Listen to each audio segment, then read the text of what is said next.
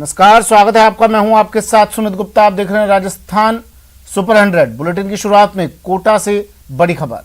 पहले तस्वीरें देखिए। ये तस्वीरें देखिए, कोटा से तस्वीर आई हैं। एक के बाद एक इस महिला पर लाठियों से ताबड़तोड़ वार किए जा रहे हैं। महिला चिल्ला रही है और ये शख्स वार पर वार किए जा रहा है।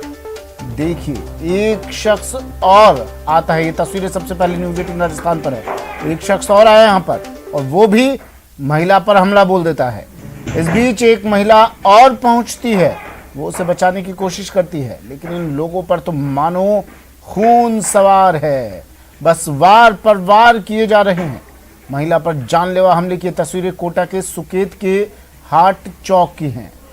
इस हमले में महिला गंभीर रूप से घायल हो गई, जिसका झालावाड़ के अस्पताल में इलाज चल रहा है। दरअसल ये पूरा मामला पैसों के लेन देन को लेकर है, जिसके बाद दो पक्षों में विवाद हो गया। हमले की वारदात वहां लगे सीसीटीवी में कैद हो गई। फिलहाल सुकेत थाना पुलिस पूरे मामले की जांच कर रही है। तस्वीरें सबसे पहले न्यूज़ 18 राजस्थान पर।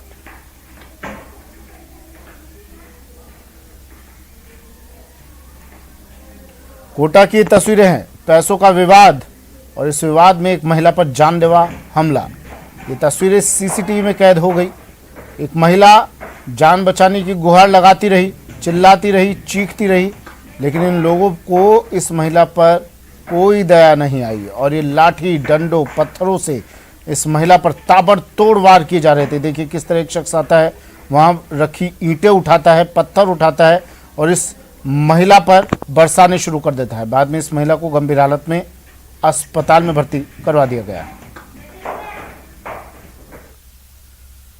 और अब बात बाड़मेर की, जहां जमीनी विवाद को लेकर दो पक्षों के बीच जमकर मारपीट हुई। घटना बाड़मेर जिले के ग्रामीण थाना क्षेत्र के शिव भाखरी नांद गांव की है। सूचना मिलने पर मौके पर पहुंची ग्रामीण थाना पुलिस की टीम पर एक पक्ष के लोगों ने हमला बोल दिया। यही नहीं, कांस्टेबल की वर्दी तक फाड़ दी।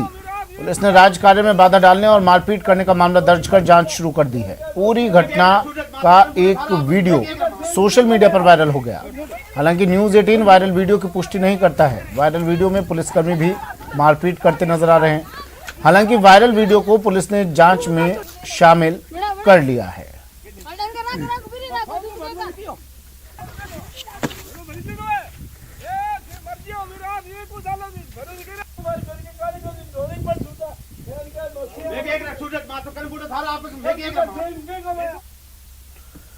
खबर जोधपुर से है। जोधपुर में एक युवती को दिन दहाड़े किडनैप करने के मामले में पुलिस ने घटना के 1 घंटे के अंदर ही खुलासा करते हुए 3 आरोपियों को गिरफ्तार कर लिया और युवती को सुरक्षित बचाया। आपको बता दें कि चौपासनी हाउसिंग बोर्ड थाना क्षेत्र में एक युवती को स्कॉर्पियो में किडनैप करके ले गए। पुलिस ने आरोपियों के पास से स्कॉर्पियो भी बरामद की है।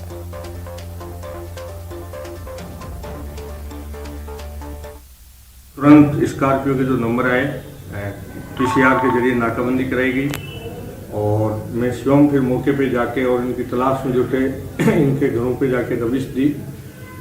उसके बाद में घंटे भर बाद जाजीवाल भाटिया के वहाँ पता चला कि स्कॉर्पियो उधर है, तो वहाँ पुलिस ने घेराबंदी करके उनको दस्तयाब किया है। खबर दौसा से है, जहां थाने में मारपीट का मुकदमा दर्ज करवाकर लौट रहा एक शख्स अचानक कुएं में गिर गया, जिससे उसकी मौत हो गई। घटना की सूचना मिलने पर मौके पर पहुंची पुलिस ने कड़ी मशक्कत के बाद मृतक के शव को कुएं से बाहर निकाला, जिसके बाद शव को कब्जे में लेकर दौसा जिला अस्पताल में लाया जा रहा था। इसी दौरान मृतक के परिजन और ग्रामीणों ने एकत्रित होकर पुलिस की गाड़ी को रुकवा दिया, जिसके बाद पुलिस ने ग्रामीणों से समझाइश करने के बाद शव को अस्पताल की मोर्चरी में शिफ्ट करवाया।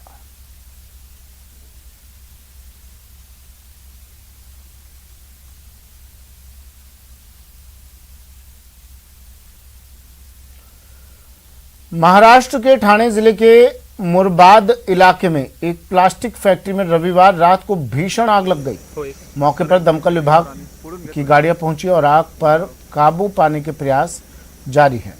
फिलहाल इस हादसे में किसी के हताहत होने की जानकारी नहीं है। एक अधिकारी ने जानकारी दी कि इस फैक्ट्री में प्लास्टिक की कुर्सियों और इस तरह के अन्य उत्पाद बनते हैं।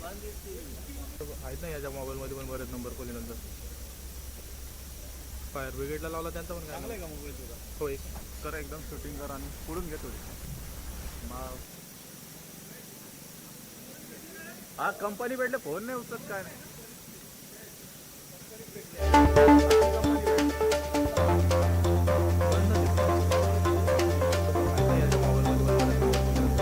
गुजरात के सूरत में कामरेज चौराहे पर एक कार में अचानक आग लग गई। कार चालक समय रहते कार से निकल गया, जिससे उसकी जान बच गई। वहीं आग से ये कार जलकर राख हो गई। तस्वीरें देखिए। फायर ब्रिगेड की टीम को सूचित किया गया। टीम मौके पर पहुंची और आग पर काबू पाया गया। गुजरात से खबर है, सड़क पर आग का तांडव। चलती कार में लगी आग के कारणों का फिलहाल खुलासा नहीं हुआ, लेकिन गनीमत ये रही कि कार चालक ने कूदकर अपनी जान बचा ली, लेकिन ये कार आग की भेंट चढ़ गई।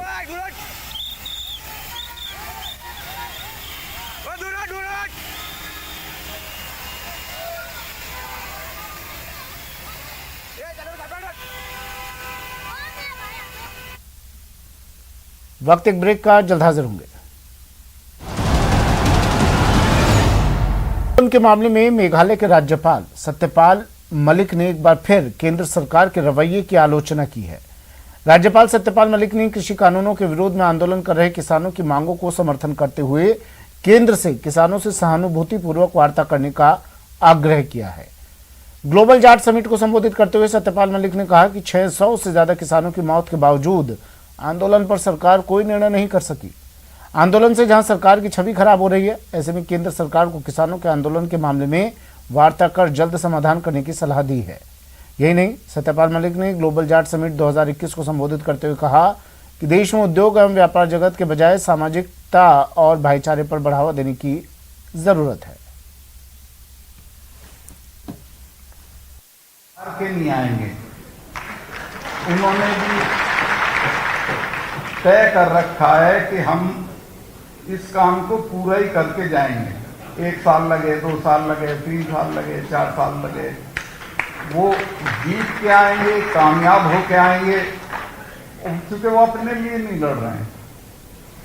एक और दिलचस्प बात बताता हूँ इस देश की। यहाँ ये प्रचार होता है कि ये तो 3 स्टेट का झगड़ा है सिर्फ, पंजाब, राजस्थान और हरियाणा का कुछ नहीं, पंजाब, हरियाणा, राजस्थान का कुछ टुकड़ा और वेस्टर्न यूपी का कुछ टुकड़ा। वो गलत फहमी में है। जब ये किसानों ने बंद की कॉल दी तो मैं उसके अगले दिन मेघालय गया था, तो मैंने पता किया तो उन्होंने कहा कि यहाँ के किसान भी बंद कर रहे थे। आप अंदाज लगाओ, जब मेघालय का किसान भी इनके साथ है तो ये देश में अकेले कैसे हैं।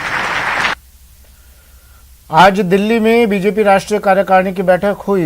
दिल्ली में बीजेपी राष्ट्रीय कार्यकारिणी की कल बैठक हुई। इस बैठक को पीएम मोदी ने संबोधित किया और कार्यकर्ताओं को सफलता का बड़ा मंत्र दिया।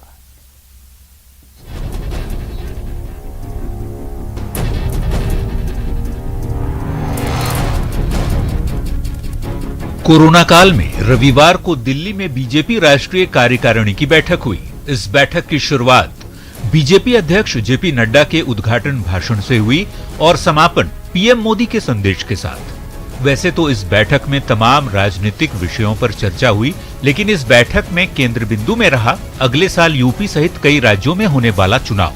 4 राज्यों के मुख्यमंत्री और प्रदेश अध्यक्षों ने उनके सरकारों के द्वारा किए गए कार्य और उनके द्वारा चलाए गए पार्टी के अभियान की जानकारी दी और माननीय प्रधानमंत्री जी ने कहा कि बहुत भरोसे और विश्वास के साथ जो रिपोर्टिंग करी है, भारतीय जनता पार्टी को जनता का आशीर्वाद मिलता रहेगा। अगले साल की शुरुआत में उत्तर प्रदेश, उत्तराखंड, पंजाब, गोवा और मणिपुर में विधानसभा के चुनाव होने हैं, जिस पर पीएम मोदी ने बैठक में कार्यकर्ताओं को जीत के लिए विश्वास का सेतु बनाने का बड़ा मंत्र दिया।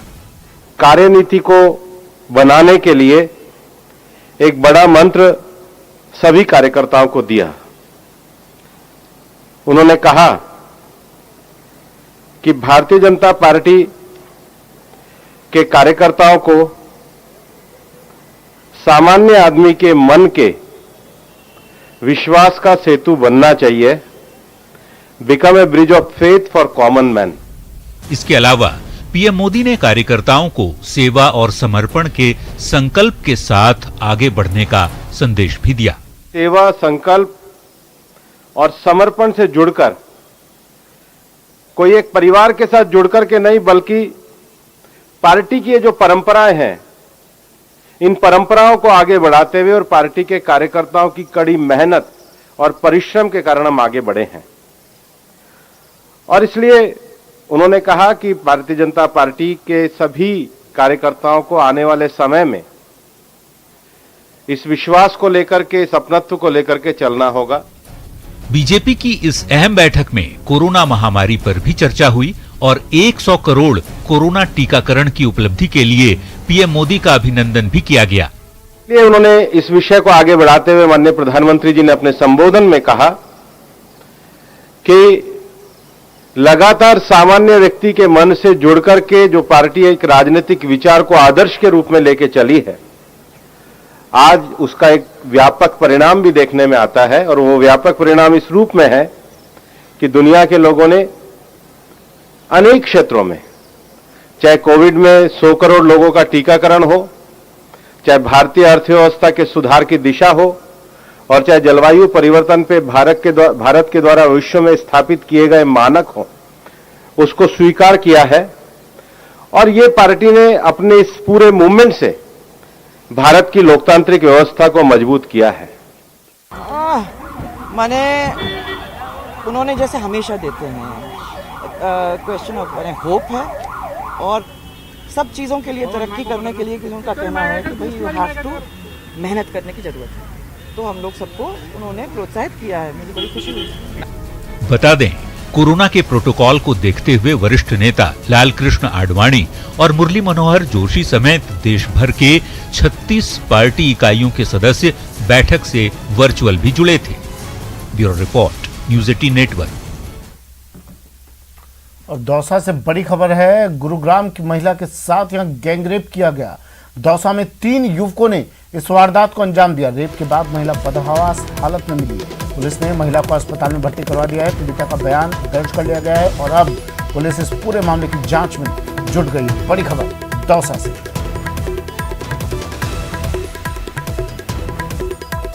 दौसा में गुरुग्राम की महिला के साथ गैंगरेप, 3 युवकों ने दिया इस वारदात को अंजाम। पुलिस ने अब महिला को अस्पताल में भर्ती कर उसके बयान दर्ज कर लिए हैं। पुलिस अब इस पूरे मामले की जांच में जुट गई।